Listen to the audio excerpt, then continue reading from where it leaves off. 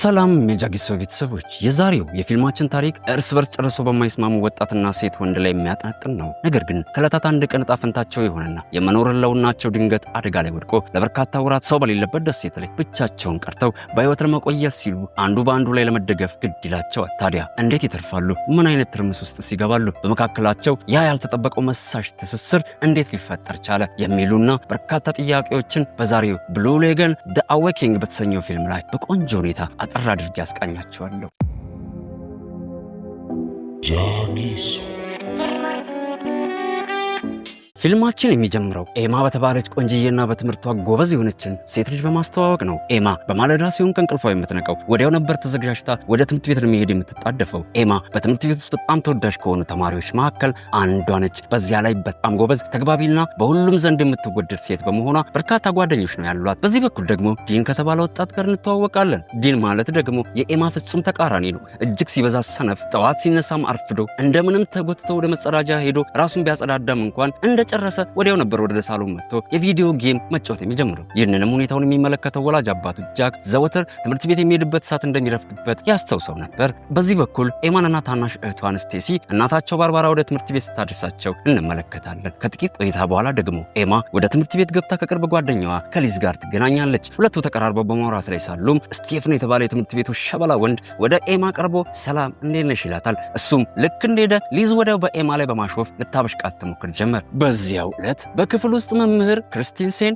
አንድ ወሳኝ የሆነ መረጃ ለተማሪዎች እየሰጣቸው ይገኛል። በሚቀጥለው ቀን ጠዋት ላይ ልክ 1 ሰዓት ሲሆን ሁሉንም ወደ ትሪኒቲ ደሴት ለሽርሽር የሚወስደው የትምህርት ቤቱ አውቶቡስ ጉዞ እንደሚጀምር አጥብቆ ይነግራቸዋል። በተጨማሪም መምህሩ ስለ ጉዞ ዝርዝር ሁኔታ በማስረዳት ላይ ሳለ ኤማ በድንገት አርፍዳ ወደ ክፍሉ ዘው ብላ ትገባለች። በዚህ ቅጽበትም ደግሞ ዲን ከኋላ በኩል እየተደናበረ መጥቶ ከሷ ጋር ይጋጭና በፌዝ መልክ ይቅርታ ልዕልት ብሎ ያልፋታል። መምህሩም ስለ ደሴቷ ጉዞ ንግግራቸውን ሲቀጥሉ ሊዝ በዚህ በኩል ለኤማ ድምጿን ዝቅ አድርጋ ዲን እኮ በዚህ ጉዞ ላይ ሊሳተፍ የቻለው አባቱ ሀብታም ሰው ስለሆነ እኮ ነው በማለት ታንሾካሾክላታለች። በመቀጠልም ሊዝ ወደ ዲን አቅጣጫ ዞር ብላ ምላሷን በማውጣት ታሾፍበታለች። በምሳ ሰዓት ላይ ደግሞ ሊዝ ለጓደኞቿ ስለ ኤማና ስቴፈን በማንሳት በደሴቷ የሽርሽር ጉዞ ወቅት ለ1 ሳምንት ያህል ስለሚቆዩ ኤማንና ስቴፈንን በደንብ ማጣበስ አለብን በማለት ሀሳብ ታቀርብላቸዋለች። ይሁን እንጂ ኤማ ግን ወሬውን ለማስቀየር በመሻት ትኩረታቸውን በጉዞ ላይ ብቻ ማድረግ እንዳለባቸው በመግለጽ ታስጠነቅቃቸዋለች። በዚህም ቅስፈት ሌሎች በወሬ ላይ ተጠምደው ሳለ ኤማ በድንገት ዞር ብላ ዲን በአቅራቢያቸው ተቀምጦ አፕል በጩቤ እየቆረጠ ሲመገብ ትመለከተዋለች። ከጥቂት ቆይታም በኋላ ሚስ ኮሊነር የተባለች መምህርት መጣ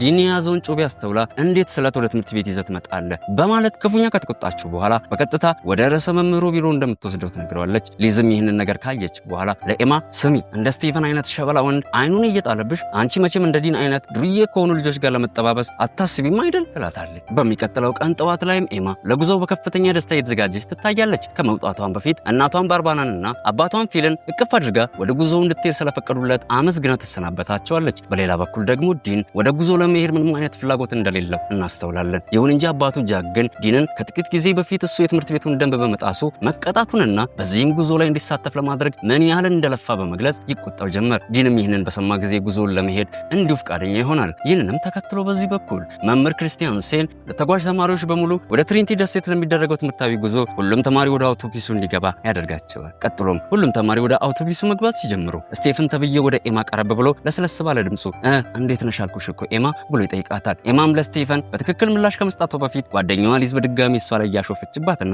እየገፈቻት ወደ አውቶቡስ ውስጥ ታስገባታለች። ኤማም ሁኔታውን ችላ በማለት በዝምታ ቦታዋን ይዛ ትቀመጣለች። ከጥቂት ጉዞ በኋላም አጠቃላይ ተማሪዎች ወደ ትሪኒቲ ደሴት ይደርሳሉ። ከአውቶቡሱም ሲወርዱ ኮሊነር ሁሉንም ተማሪዎች ሰብስባ እስከ ምሽት ድረስ በመዋኛ ገንዳው ዘና እንዲሉ በመፍቀድ ነገር ግን የጉዞው ዋና ፕሮግራም ነገ ጠዋት ስለሚጀምር ሁሉም ሰው ለእራት የግድ መመለስ እንዳለበት አጥብቃ ታስጠነቅቃቸዋለች። ከትንሽ ቆይታ በኋላ ኤማና ጓደኞቿ ወደ መዋኛው ገንዳው ያመሩና ኤማ በድጋሚ ከስቲፈን ጋር ትገናኛለች። ብዙም ሳይቆይ ደግሞ መላው የተማሪዎች ቡድን ተሰብስበው እየተሳሳቁና በደስታ እየዋኙ መዝናናት ይጀምራሉ። በዚህ በኩል ግን ዲን ከሁሉም ተለይቶ ብቻውን ሆኖ እናገኘዋለን።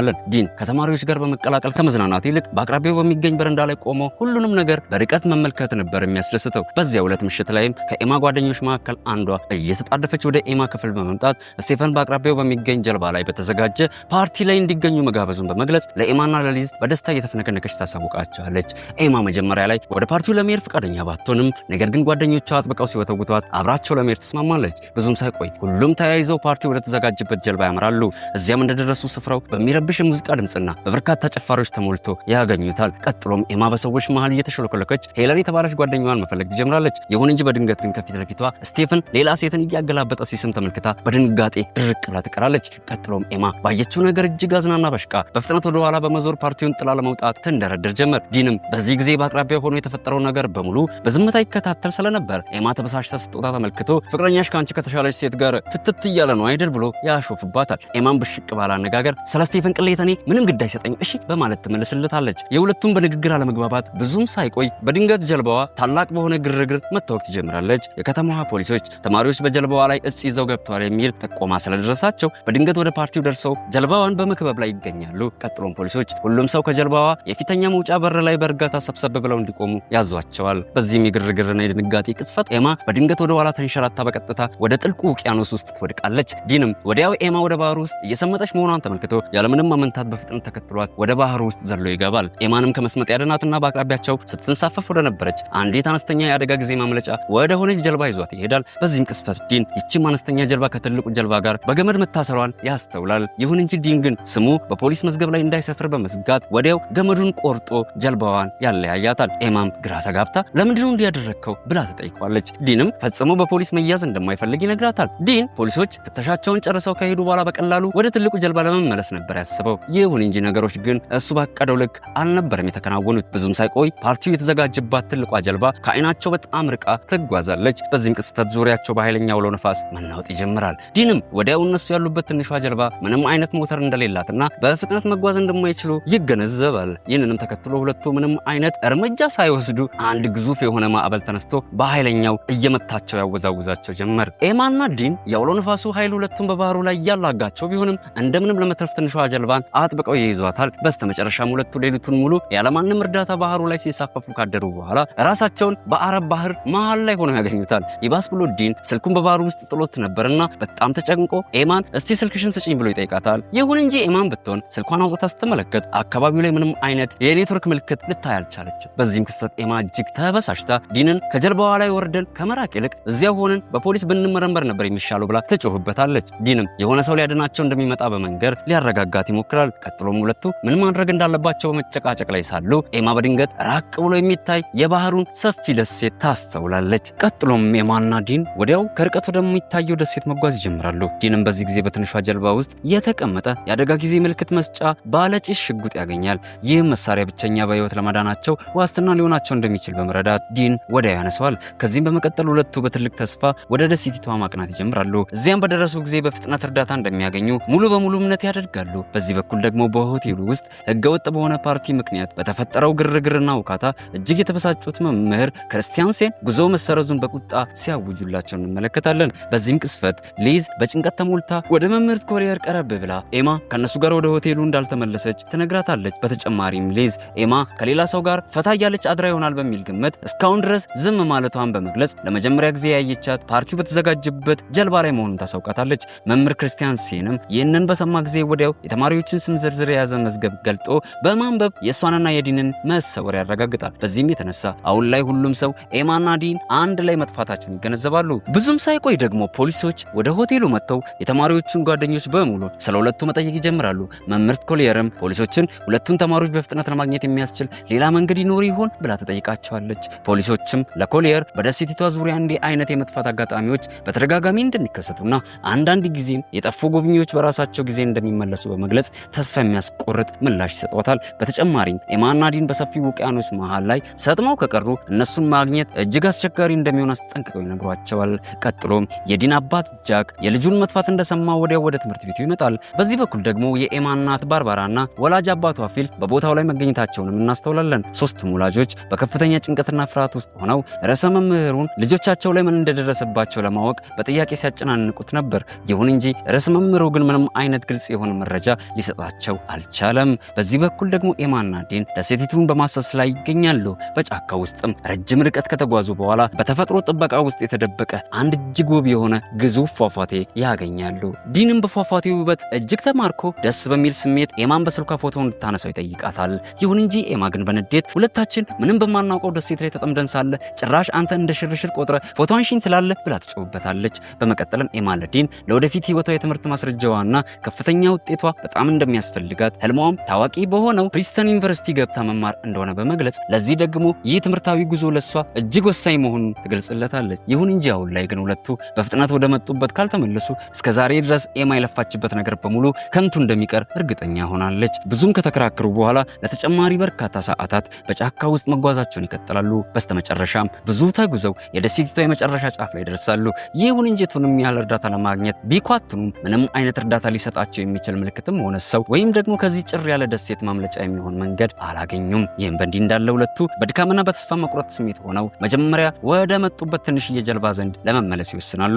ይሁን እንጂ ሁለቱ ግን ወደ ባህር ዳርቻው ሲመለሱ ትንሿ ጀልባ ባስቀመጡበት ስፍራ ላይ አልነበረችም። ምክንያቱም ጀልባዋ እነሱ ደሴቲቷን በሚያስሱበት ወቅት ነበር የባህሩ ማዕበል እያወዛወዛ ርቆ ይወሰዳት። በዚህም የተነሳ አሁን ላይ እነሱ እጃቸው ላይ የቀረው ብቸኛ መተማመኛ ነገር ቢኖር አንዲት ለአደጋ ጊዜ የምትለበስ መንሳፈፊያ ጃኬት ብቻ ነበር። በዚህም ቅስፈት ሁለቱ ያሉበት እውነታ ግልጽ እያለ ይመጣላቸዋል። ይህም ማለት በደሴቲቷ ላይ ብቸኛ ሆነው መቅረታቸው ግልጽ ይሆንላቸዋል። ቀኑን ሙሉ በጠራራ ፀሐይ ሲንከራተቱ የነበሩት ኤማና ዲን አሁን ላይ በጣም ደክመው እንመለከታቸዋለን። ልክ ፀሐይ እንደጠለቀችም ዲን የምሽቱን ብርድ ለመቋቋም እንጨት ሰብስቦ እሳት ያነዳል።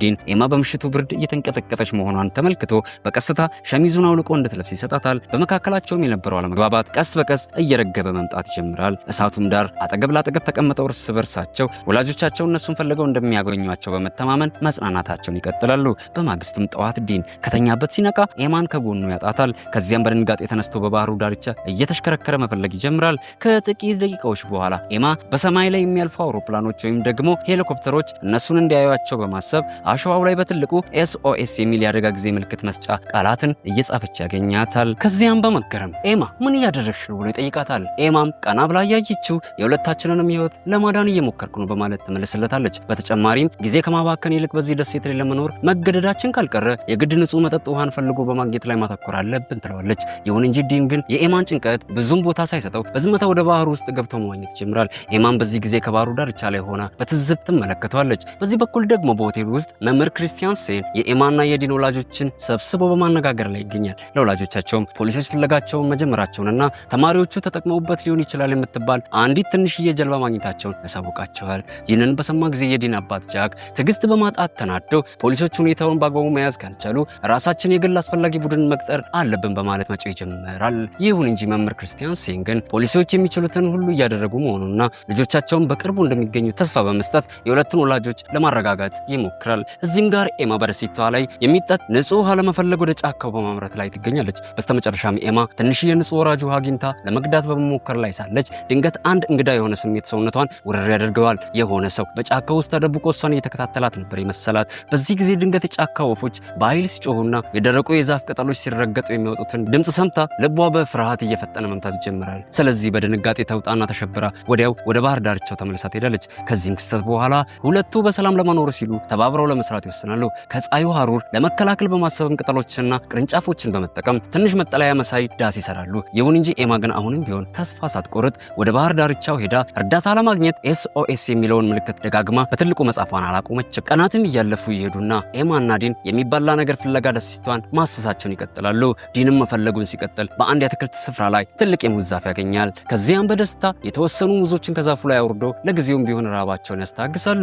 ይሁን እንጂ የደሴቷ ሙቀት ግን ከቀን ወደ ቀን እነሱ ሊቋቋሙት በማይችሉት መጠን እየተባባሰ መምጣቱ አልቀረም። ኤማም የለበሰችው ረጅም የሆነ ሱሪ ከሙቀቱ ጋር ተደምሮ እጅግ ስላስጨነቃት ከአየሩ ሁኔታ ጋር እንዲስማማ ለማድረግ ሱሪዋን በዲን አነስተኛ ጮቤ ትቆርጦ ጀመር። ቀጥሎም ኤማ ተመልሳ ስትመጣ ዲን ሁለቱ በሰሩት ማረፊያ ውስጥ ዘንባባ አንጥፎ መተኛቱን ትመለከታለች። ከዚያም እሷን በቀስታ ሄዳ ካጠገቡ ትተኛለች። ከጥቂት ቆይታም በኋላ ዲን በእንቅልፍ ልቡ ሲገላበት እጁ ሄዶ በኤማ ሰውነት ላይ ያርፋል። ይሁን እንጂ ኤማን ብትሆን ግን ከሱ ከመራቅ ይልቅ ሳይታወቅባት በተፈጠረው አጋጣሚ ደስተኛ መሆን ትጀምራለች።